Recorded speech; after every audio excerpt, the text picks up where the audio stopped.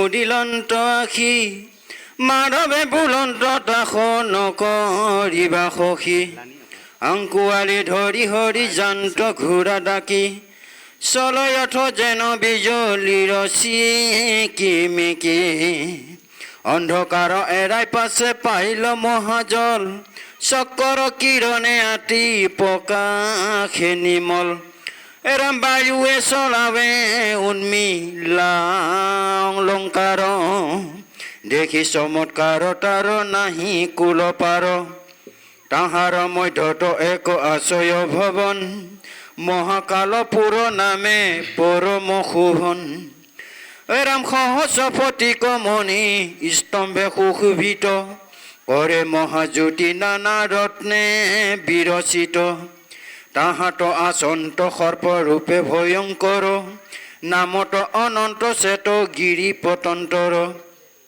সহস্ৰে কফনামণি জল দিশ পাশ দুই সহস্ৰ ৰংগা চকু দেশন্তে তৰাস নীলকণ্ঠ নীল জীৱা নীল বস্ত্ৰধৰ কৃষ্ণ ধনঞ্জয় জাৰি চাপিল ওচৰ অনন্তৰ শৰীৰত সুশাসন কৰি দেখিলন্ত দুই যাই আছে মহাহৰি সজল জলত জিনি তনু শ্যাম বন দুইখান দিব্য পীত বস্ত্ৰে সুপ্ৰসন্ন শিৰত কিৰীটি মহাৰত্ন বিশোভন দুইখানি আখি জলে ৰক্তিম বৰণ জলে দুই কণমণি মকৰ কুণ্ডল বৰণ পংকজ জয়ঞ্জয় ঘৰ্ম বিন্দু জল আজানু লম্বিত ভুজ জলে আঠখান মুক্তি ধৰি অস্তে উপাসয় থানে থানে কণ্ঠত কৌষ্ঠৱ গিবে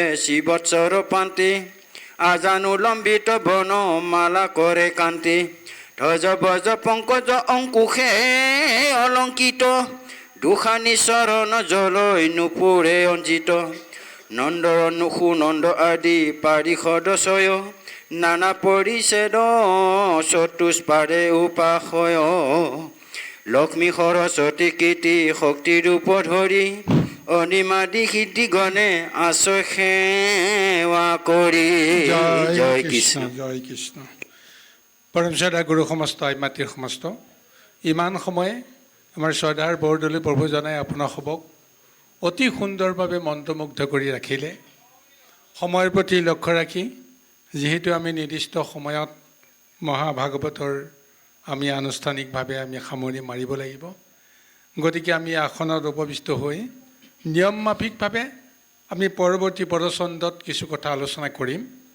এই আলোচনা কালতো হয়তো জানিতে অজানিতে অনেক দুখ ত্ৰুটি হ'ব।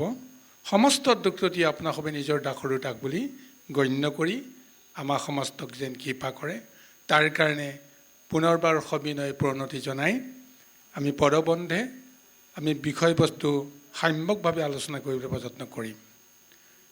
ইতিমধ্যে অৰ্জুনে নিজৰ গৰ্ব অহংকাৰ সমস্তখিনি ধূলিসাৎ হৈ গ'ল বুলি গম পাই নিজৰ ব্ৰহ্মবাক্য ৰক্ষা কৰিবৰ কাৰণে তেওঁ অগ্নিত জাহ যাবলৈ প্ৰযত্ন কৰিলে। জাপ দিব লাগে, অগ্নি জ্বলি আছে, কিন্তু এনেকুৱা এটা সময়তে কৃষ্ণই তেওঁক বাধা দিলে।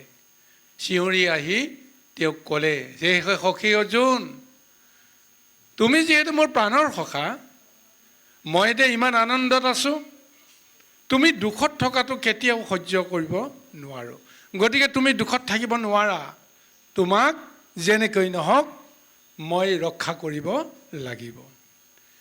এতিয়া কৈছে ব্ৰাহ্মণৰ মৰা পুত্ৰক এটাক তুমি বিচাৰি ক'তো নাপালা, এতিয়া মই আনি দিম, মই দেখুৱাই দিম, মই আনি দিম নহয়, মই দেখুৱাই দিম যে সেই মৰা পুত্ৰকেইটা ক'ত আছে। তুমি আজি মোকো এষাৰ কথা নুসুধিলা, নিজৰ মতেই তুমি অংগীকাৰ কৰিবলৈ যোৱাৰ ফলত কি হ'ল, এতিয়া তুমি নিজক নিজে এতিয়া আত্মবিসৰ্জন দিব লগা এই অৱস্থালৈকে তুমি আগবাঢ়ি আহিলা।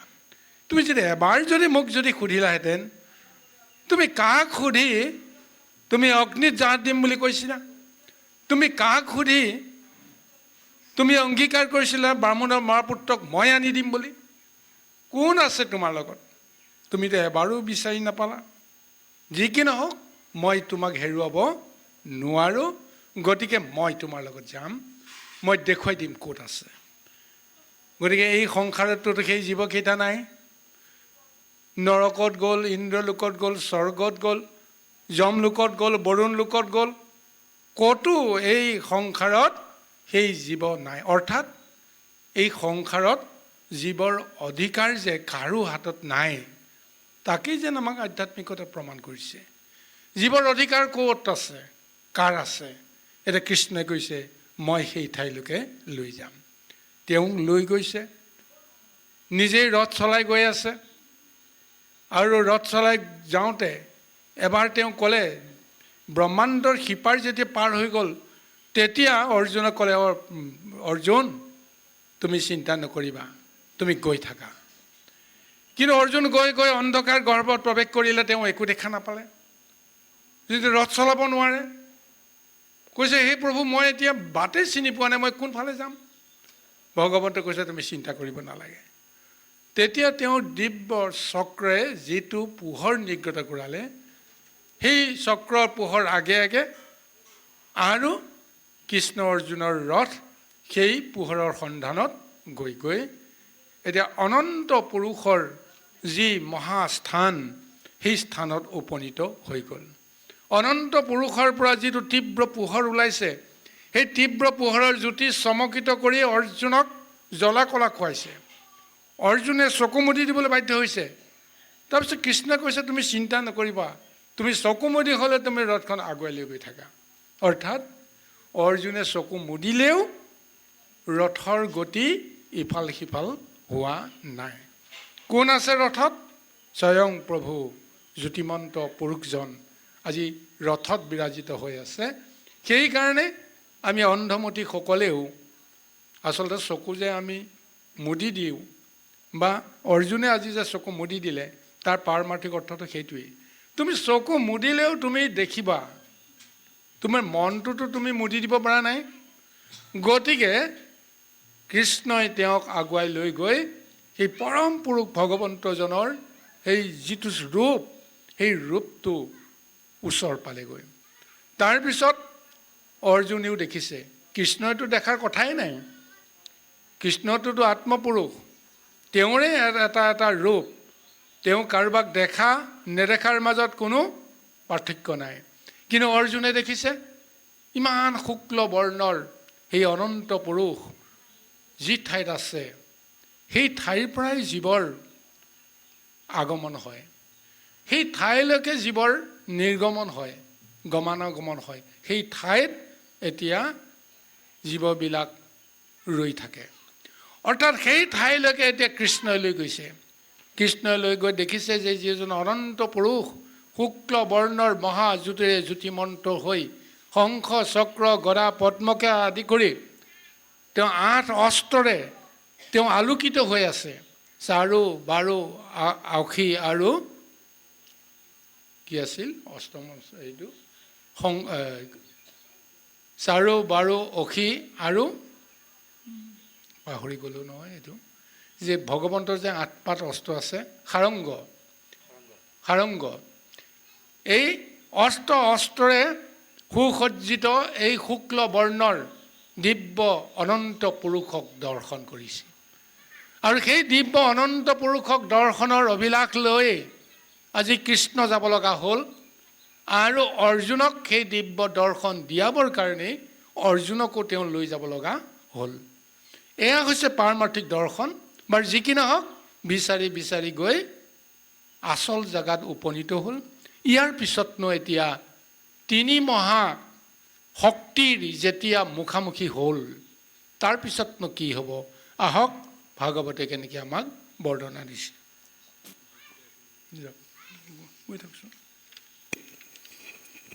কৃষ্ণ হেন মহা মহিমা ঈশ্বৰ ৰূপ হৰি, উত্তমৰ উত্তম পুৰুষ ৰূপ ধৰি, অনন্তৰে কুলে বসি আছে বিশ্বনাথ। কৃষ্ণ ধনঞ্জয়ে আহি দেখিলা সাক্ষাৎ, যথৰ নামিয়া কৃষ্ণে নমিলা সাদৰি, আপোনাৰ আত্মা কোৱা আপুনি দেৱ হৰি।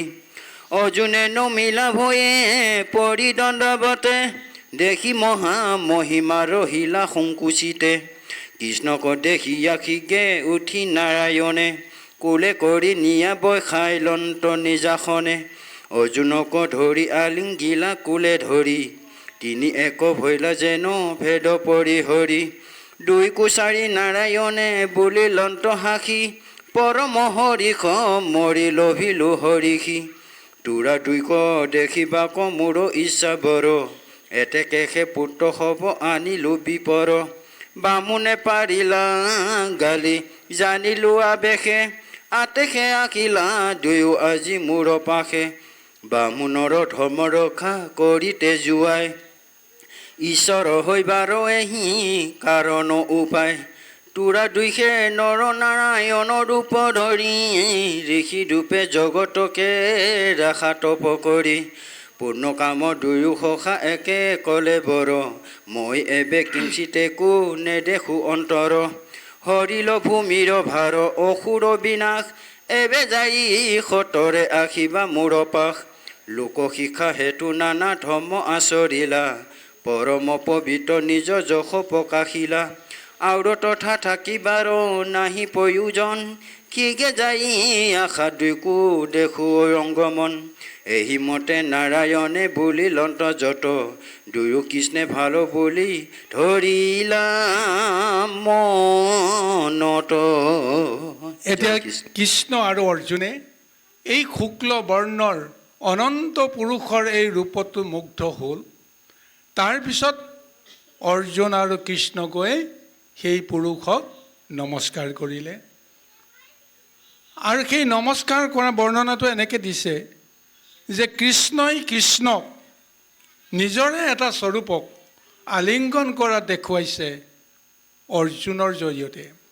কিন্তু অৰ্জুনটোতো মায়াত মোহত তেওঁটোতো অন্ধ, তেওঁটোতো ক'বই নোৱাৰে। গতিকে অৰ্জুনে সেই অনন্ত পুৰুষৰ চৰণত পৰি তেওঁ সেৱা ধৰিছে আৰু তাৰপিছত স্বয়ং অনন্ত পুৰুষে কৃষ্ণ আৰু অৰ্জুনক দুয়োজনকে কোলাত লৈ তেওঁ দুয়োজনকে আলিংগন কৰিছে। এয়া এটা স্বৰূপ দেখুৱাইছে। তাৰপিছত সেই অনন্ত পুৰুষে কৈছে যে মই বুজিলোঁ তোমালোক কিয় আহিলা।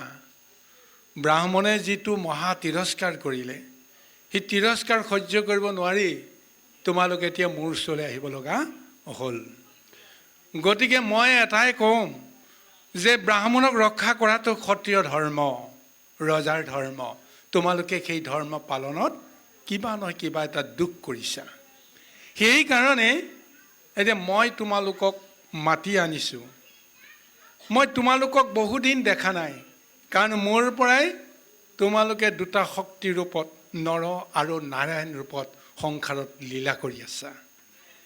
আৰু বহুদিন তোমালোকক যেতিয়া দেখা নাই, তোমালোকক দেখিবৰ কাৰণে মই আজি এই ব্ৰাহ্মণৰ পুত্ৰকেইটাক মই লৈ আহিছোঁ। আৰু ব্ৰাহ্মণৰ পুত্ৰকেইটাক বিচাৰি নিশ্চয় তোমালোক আহিবা। এতিয়া মই পৰম আনন্দিত, কাৰণ মোৰেই অংশৰ স্বৰূপ তোমালোকক আজি মই সাক্ষাৎ পাইছোঁ। গতিকে এতিয়া সংসাৰত আৰু বেছি দিন লীলা কৰিব নালাগে। ধৰ্ম কৰ্ম সমস্তখিনি সঠিক ৰূপত পালন কৰি আজি ব্ৰাহ্মণে যেনেকৈ তোমালোকক খং কৰিলে, অভিশাপ যে নিদিলে, তাতেই তোমালোকেও ৰক্ষা পৰিলা, আমিও ৰক্ষা পৰিলোঁ। যদি ব্ৰাহ্মণে যদি অভিশাপ দিয়াহেঁতেন কি হ'লহেঁতেন? স্বয়ং প্ৰভু ভগৱন্ত হ'লেও ব্ৰাহ্মণৰ ব্ৰহ্মশাপৰ পৰা মুক্ত হ'ব পৰা ক্ষমতা নাই। যি কি নহওক, কোনো কাৰণতে ব্ৰাহ্মণক যেন অপমানিত কৰিব লগা পৰিৱেশ নহয়, তাৰ কাৰণে তোমালোকে সমস্ত ধৰ্ম কৰ্ম কৰিবা। এই কথাখিনি কোৱাৰ চলেৰে প্ৰকৃততে কাক ইংগিত দিছে? নৰ আৰু নাৰায়ণৰ ৰূপত অৰ্জুনক ইংগিত দিছে। তুমি নৰক হিচাপে তোমাৰ মায়াৰ লগত সম্বন্ধ আছে, গতিকে তোমাৰ দুখ ত্ৰুটি বহুত হ'ব পাৰে। গতিকে সেইকাৰণে সাৱধান। নৰৰূপে নাৰায়ণ হোৱাটো ইমান সহজ কথা নহয়। নৰৰূপে জন্মগ্ৰহণ কৰি ৰামচন্দ্ৰই যিটো কাৰ্য সাধন কৰি থৈ গ'ল, তেনেকুৱা কাৰ্য সাধন সকলোৰে কাৰণে সম্ভৱ নহয়। কিন্তু স্বয়ং কৃষ্ণটো নিজেই নাৰায়ণ, মায়াৰ অধিপতি তেওঁ দেখাতহে মানুহ, দেখাতহে তেওঁ পাৰ্থিৱ শৰীৰ এটা লৈ আছে, কিন্তু তেওঁ আচলতে পাৰমাৰ্থিক পুৰুষ। তেওঁ পাৰমাৰ্থিক এটা ৰূপহে তেওঁ লৈ আছে। ইচ্ছা কৰিলে সেই ৰূপটোৱে এটাৰ পৰা 10টা, 10টাৰ পৰা 1000টা, লক্ষ লক্ষ ইচ্ছা অনুসৰি তেওঁ একে সময়তেই তনু ধাৰণ কৰিব পাৰে। এইকাৰণে 1600 গোপীৰ লগত 1600টা কৃষ্ণ হ'ব পাৰিলে। 16,108 গৰাকী নাৰীৰ লগত একেলগে সংসাৰ কৰিব পাৰিলে। কেনেকৈ? মনুষ্যৰ কাৰণে এইটো সম্ভৱ নহয়। এজন অৰ্জুনেটোতো 2জন অৰ্জুন হ'ব পৰা নাই একে সময়তে। কিন্তু কৃষ্ণই ইচ্ছা কৰিলেই হাজাৰ হাজাৰ লক্ষ লক্ষ ৰূপ ল'ব পাৰে। কাৰ্যকাৰণৰ হেতু তেওঁ সেই সমস্ত ৰূপ ধাৰণ কৰে। এইকাৰণে অৰ্জুনক কোৱাৰ চলেৰে আমাৰ মনুষ্যসকলক ক'বলৈ গৈছে, যেতিয়া আমাৰ বল আছে, শক্তি আছে, বুদ্ধি আছে, বৃত্তি আছে, এনেকুৱা জ্ঞান কিছুমান যেতিয়া আহিব, গুৰু গোসাঁই নমনাৰ স্বভাৱ এটা আমাৰ হৈ যায়। গতিকে অৰ্জুনৰ সেইটো হ'ল, সন্মুখত কৃষ্ণ আছে, এবাৰ তেওঁ কৃষ্ণক নুসুধিলে, সেই সখী তুমি কিয় মনে মনে আছা? তুমি কিবা এটা কোৱা, যে তোমাক গালি পাৰি আছে মই সহ্য কৰিব পৰা নাই, অন্ততঃ কৃষ্ণকটো সুধিব লাগে। কিন্তু সেই কৃষ্ণক ক'লে যে নাৰীৰ মায়াত তেওঁ মজি থাকে, গতিকে সেই কৃষ্ণই কি কৰিব, এনেকুৱা এটা অহংকাৰো তেওঁ কৰিব লগা হৈছে। বাৰু যি কি নহওক, এতিয়া অনন্ত পুৰুষে ক'লে যে এই সন্তানকেইটা মই সযতনে ৰাখিছোঁ, সন্তানকেইটা তোমালোকে লৈ যোৱা আৰু তোমালোকৰ যশ আৰু কীৰ্তি জগতত বহুৱা। কোনো জগতে এতিয়ালৈকে নাজানে এই সন্তানকেইটা ক'ত আছে। তোমালোকে যেতিয়া লৈ যাবা, তোমালোকক কোনো নুসুধে যে ক'ত পালা বুলি, কাৰণ ঈশ্বৰো ঈশ্বৰ, পৰমেশ্বৰ পুৰুষ বুলি কৃষ্ণক সকলোৱে জানে। গতিকে কৃষ্ণক কোনোবাই সন্দেহ কৰিব নেকি ক'ৰ পৰা আনিলা বুলি প্ৰশ্ন কৰিব নেকি? শেষত গৈ কৃষ্ণই ক'ব যে মই অনা নাই, সখী অৰ্জুনেহে আনিছে। গতিকে যশ আৰু কীৰ্তি কাৰ হ'ব? অৰ্জুনৰ হ'ব।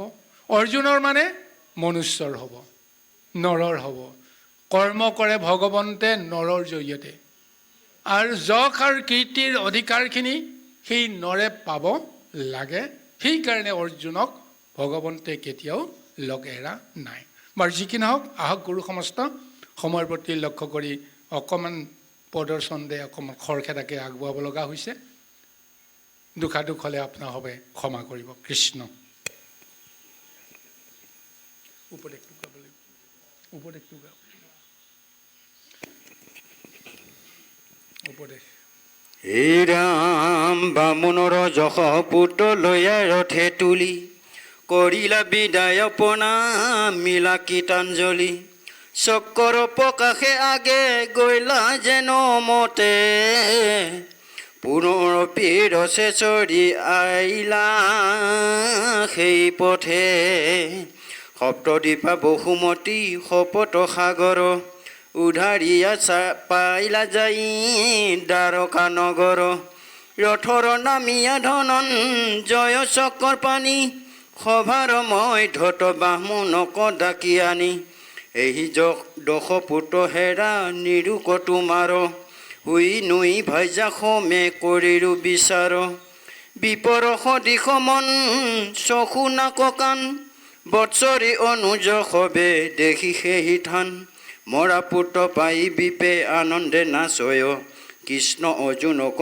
ঘনে ঘনে প্ৰশংসয়, অজৰ অমৰ হৈও দুয়ো কৃষ্ণ বাপ, পুত্ৰ দান দিয়া মূৰ খন্দিলা সন্তাপ, বামুণী সহিতে আতি পুত্ৰ গণ লৈয়া, গৃহক চলিলা বিপ আনন্দে নাচিয়া, দ্বাৰকাৰ লোকে শুনি আনন্দে বিস্ময়, কিনো কৰ্ম কৰিলা অৰ্জুন মহাশয়, অৰ্জুনে বুলন্ত মুক প্ৰশংস কৃষক, কৃষ্ণে সে ৰাখিলে জানা মুহুৰ প্ৰাণক, প্ৰতিজ্ঞা কৰিয়া মৰি পৰিলো বিপাংকে, কৃষ্ণে সে ৰাখিলা প্ৰাণ জানা সাংগে সাংগে, এই কহি ধনঞ্জৰে পৰম বিস্মিত, ভৈলন্ত কৃষ্ণৰ ধৰ্ম দেখি বিপৰীত, এৰা মনত মানিলা বল বুদ্ধি সৰ্ব মিছা যত পুৰুষাৰ্থ কৰি কৃষ্ণৰে ইচ্ছা কৃষ্ণৰ কৃপাৰে সবে কাৰ্য সুৰে সিদ্ধি কৃষ্ণকে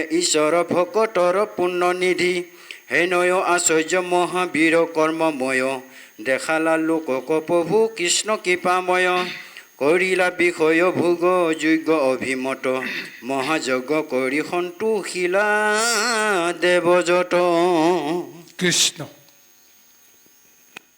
এতিয়া ইয়াৰ পিছত কি হ'ল দেখা গৈছে, অনন্ত পুৰুষে সেই ব্ৰাহ্মণৰ 10টা মৰা সন্তানক যেতিয়া কৃষ্ণৰ হাতত সমৰ্পণ কৰিলে, কৃষ্ণই অৰ্জুনৰ হাতত সমৰ্পণ কৰিলে, সদ্যজাত সেই ৰূপকেইটাই আছে সেই সন্তানকেইটাৰ, আৰু সদ্যজাত সেই শিশু 10টাক অৰ্জুনৰ কোলাত কৃষ্ণই গুজি দি দিব্য ৰথেৰে তীব্ৰ গতিৰে পুনৰ সংসাৰলৈকে আহিল আৰু দ্বাৰকাত উপস্থিত হ'ল।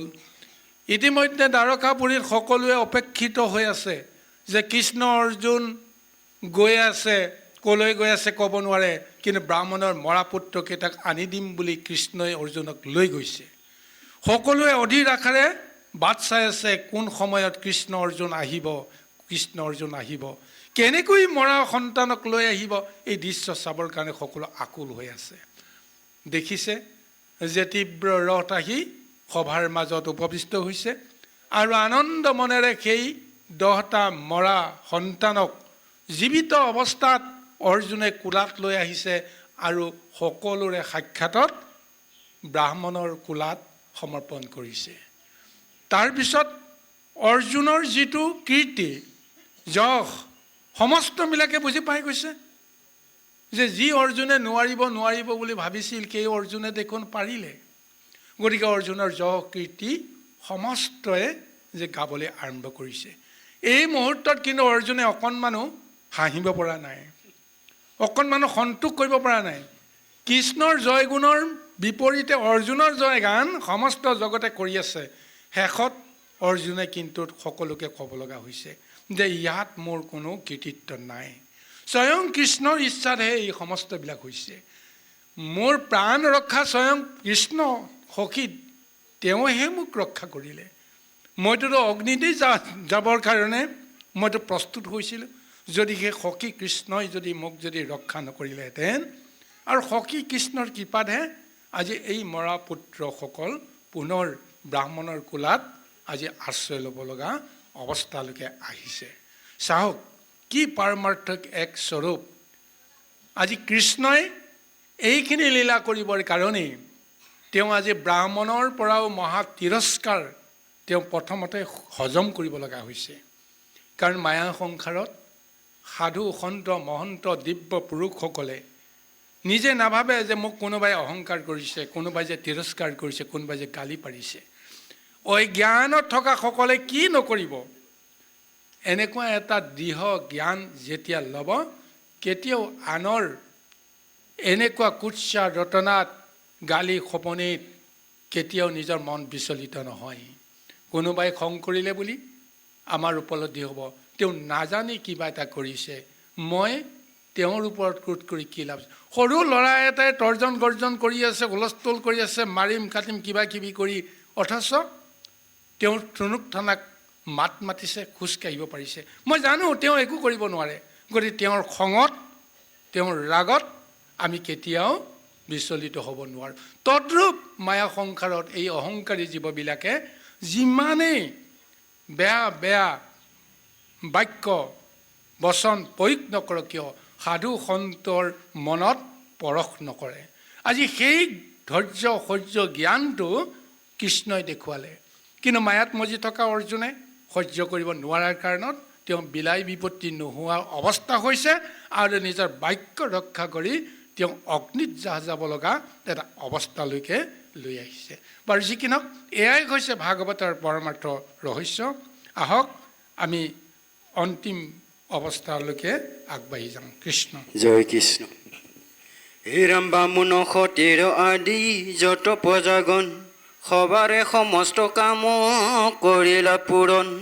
ইন্দ্ৰে যেন বৰশীয়া জীয়ান্ত জগত হৰিৰো সবাৰ পুচিলন্ত মনোৰথ অজনক আদি বীৰগণ লক্ষ্য কৰি অধমী ৰাজাক সবে সংহাৰিলা হৰি যুধিষ্ঠিৰ আদি ৰাজা গণক থাপিলা জগততে ভাগৱত ধৰ্ম প্ৰৱৰ্তিলা এৰাম শুনা নৰ নাৰী হৰি চৰিত উত্তম কৃষ্ণ কৃপা বিনে কিছু নাহি পৰা কম অৰ্জুন বীৰৰ হেন শুনিলা অৱস্থা আন সামান্যৰ আউৰ কি কহিব কথা হেন জানি তেজাৰ দম্ভ দৰ্প অহংকাৰ কৃষ্ণৰ কৃপাক মাত্ৰ মনে কৰি সাৰ শ্ৰৱণ কীৰ্তন তান নেৰিবা ভকতি তেবে জানা অপয়াসে তৰিবা দুৰ্গতি মৰা পুত্ৰ আনি কৃষ্ণে দিলা বামুণৰ নাহিকে বামুণ্য দেৱ কৃষ্ণ আতপৰ এৰাম কোনে নোৱাবা মনে তাংক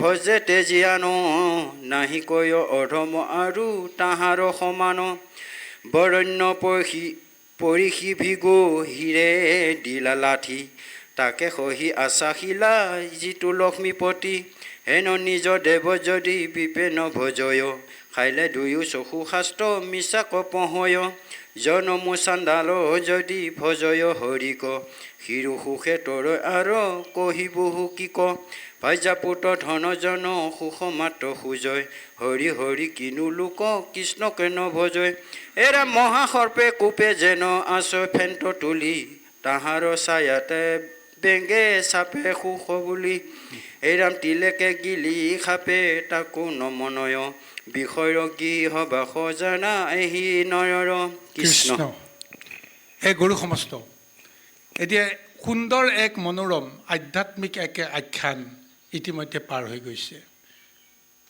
এতিয়া জীৱ মৰে নে নমৰে এতিয়া প্ৰশ্নটো আহি গৈছে স্বৰূপতে যে জীৱৰ মৰণ আছেনে নাই এতিয়া ব্ৰাহ্মণৰ মৰা পুত্ৰকেইটা কৃষ্ণই আনি দিলে আৰু আনন্দ মনেৰে সেই মৰা পুত্ৰকেইটা বুকুত সাৱটি ধৰি ব্ৰাহ্মণ বামুণী নিজৰ গৃহলৈ গুচি গ'ল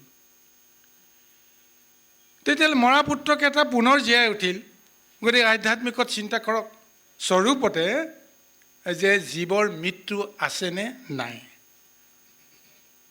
জীৱৰটোতো মৃত্যু হ'ব নোৱাৰে তেতিয়াহ'লে মৃত্যু কাৰ হয় মৃত্যু দেহৰহে হয় জীৱৰ মৃত্যু হ'ব নোৱাৰে গতিকে এই পাৰমাৰ্থিক যিটো জ্ঞান আমাক সেইটোকে দিছে আমি যে 120টা বছৰ 100টা বছৰ বা যিমান পৰমায়ু আমাৰ আছে সিমান পৰমায়ু আমি লৈ কৰ্ম কৰি আছোঁ এই কৰ্মৰ মাজেৰে আমি যি ধৰ্ম পালন কৰিছোঁ সিয়ে নিৰ্ণয় কৰিব যে আমি আচলতে মৰিম নে আমি চিৰদিনলৈকে আমি জীয়াই থাকিম এবাৰ যদি কোনোবা এটা জীৱই মনুষ্য জনম লৈ মনুষ্যৰ দেহ লৈ সংসাৰলৈকে আহি কৰ্ম কৰিছে সেই কৰ্মৰ প্ৰভাৱ চিৰদিনলৈকে থাকিব শুভ কৰ্ম কৰিলে তাৰ শুভ ফল থাকিব অশুভ কৰ্ম কৰিলেও তাৰ ফলটো থাকি যাব গুণ আৰু যশ থাকিব আৰু যিটো তেওঁৰ দুৰ্যশ সেইটো থাকিব গতিকে কত মানুহ মৰি গ'ল ভাল মানুহৰ ভাল গুণ চলি আছে বেয়া মানুহৰ বেয়া গুণ চলি আছে যে ৰাম আৰু কৃষ্ণ ৰাম আৰু ৰাৱণৰ যুদ্ধ হ'ল ৰামৰ যশ চলি আছে আৰু ৰাৱণৰ দুৰ্যশ চলি আছে কৃষ্ণ আৰু কংস দুজনৰ মাজত কৃষ্ণৰ যশ কীৰ্তন চলি আছে আৰু কংসৰ দুৰ্যশ চলি আছে অৰ্থাৎ কংসই যিখিনি কৰ্ম কৰিলে বেয়া কৰ্ম কৰিলেও সেই বেয়া কৰ্মখিনিও ৰৈ আছে কৃষ্ণৰ জৰিয়তে ভক্তসকলৰ জৰিয়তে ভাল কৰ্মবিলাক কৰি আছে সেইবিলাকো গুণ যশবিলাক ৰৈ আছে তেতিয়া এই সমস্তবিলাক কৃষ্ণৰ ইচ্ছামতে হৈ আছে কৃষ্ণই লীলা কৰি আছে এই তত্ত্বটোকে দেখুৱাবৰ কাৰণে আজি এইখন সংসাৰত আমাক সুন্দৰভাৱে এটা দিব্য জ্ঞান দিবলৈ প্ৰযত্ন কৰিছে স্বৰূপতে ক'বলৈ গ'লে যিটো পাৰ্থিৱ দেহ আমাৰ সমস্তক প্ৰভু ভগৱন্তে এটা মনুষ্যৰ ৰূপ দি যে জগতত কৰ্ম কৰিবলৈ দিছে এই দেহটোৰ কোনে পৰিচালনা কৰি আছে এই দেহটোত কি আছে দেহ বিচাৰৰ এটা গীতত সুন্দৰভাৱে ইয়াৰ আধ্যাত্মিক দৰ্শনটো প্ৰদান কৰিছে যে সেই গীতৰ এটা কলি বা কিছুসকলে হৰি নামৰ ধ্বনিৰে সুন্দৰভাৱে সেইটো ব্যক্ত কৰে। আমি অকণমান ৰোমন্থন কৰিব বিচাৰিছোঁ। কৃষ্ণ। এক বিপ্ৰ ব্ৰাহ্মণৰ দশ গোটা গৰু মন ভৈল ৰখুৱাল বুদ্ধি ভৈলালৰু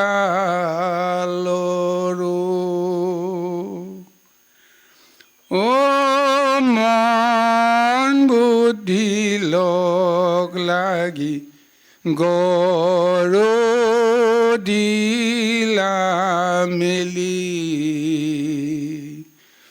পৰৰ শস্যত লাগি খালে গোলা গুলি।